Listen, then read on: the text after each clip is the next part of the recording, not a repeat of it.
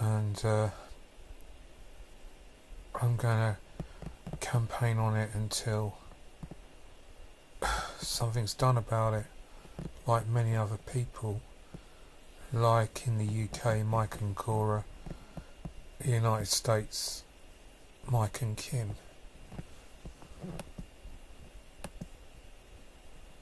Witness abused me. I use the word buggered because that is exactly what happened.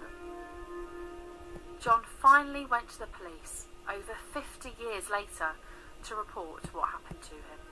And you know how sad I am to have found out that that person went on to abuse other children and went to prison and died in prison as an abuser. Now, what would have happened if I had had the courage and the common sense to have come forward? I didn't, and that's the biggest regret I carry. You can understand how he feels about being abused and being indoctrinated by Jehovah's Witnesses over child abuse, and you know, it just goes on and on and on. With me.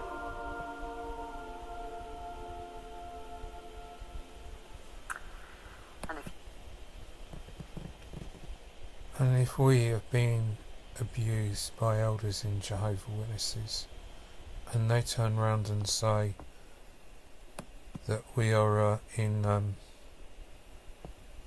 Jehovah's clean organisation and that they want to protect us, then we should go directly to the police and report it, because that's what the law says, because the organisation still lies and still tries to cover it up. From as soon as we could talk. Do you believe that there are parents aware that their children are being sexually abused by members of the Jehovah's Witnesses and they're doing nothing about it? I do, because they will be conscious of the fact that by speaking up they will be seen as a trouble family, and if you become a trouble family you are likely to suffer internally. So that's why some ways that Jehovah's Witnesses don't call the police, because they would be discriminated within the congregation of Jehovah's Witnesses. The Charity Commission have been investigating Jehovah's Witnesses since 2013, so almost 7 years. What's going on? Personally, I regularly and routinely receive letters from people who have been thrown out of Jehovah's Witness because of the abuse that they suffered as a child. I would be recommending that they do go to the Charity Commission. I know that the Charity Commission has had many, many concerns about this, as have the police. And for me, this is where the problem lies. The Charity Commission can only judge whether or not they're meeting their charitable objectives. The police can only act when they know that a crime is being carried out. So the Jehovah's Witnesses are playing a very delicate game at the moment of not publicly breaching either of those. So you've seen in your piece... But if there's a safeguarding issue, that should be an issue also for the Charity Commission. Well, I know that the police are doing a very broad investigation at the moment, and if I could make a plea to everybody that's watching this or knows people that have been in this situation to either email me, email the programme, and we'll pass it on to those officers. Would you like to see the Jehovah's Witness organisation stripped of their charitable status? I personally believe that what they are doing is fostering abuse, enabling abuse, and deliberately not reporting abuse.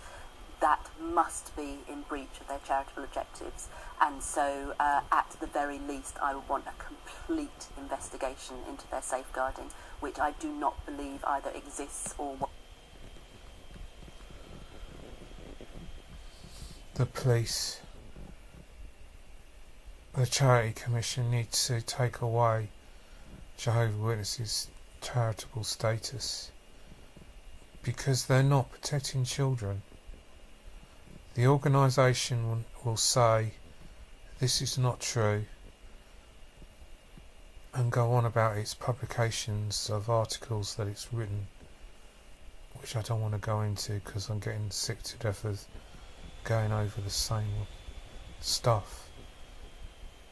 But it had been reported to the police. The abusers have taken legal action against the watchtower. So, if we've been abused, we should report it to the police. It is a criminal matter. The watchtower, on its issues of safeguarding, is diabolical. This is an old video, but it's to prove that it just goes on and nothing's done about it. It affects people's lives. And how does the watchtower use its argument to Jehovah's Witnesses? This is fake news. It saddens my heart.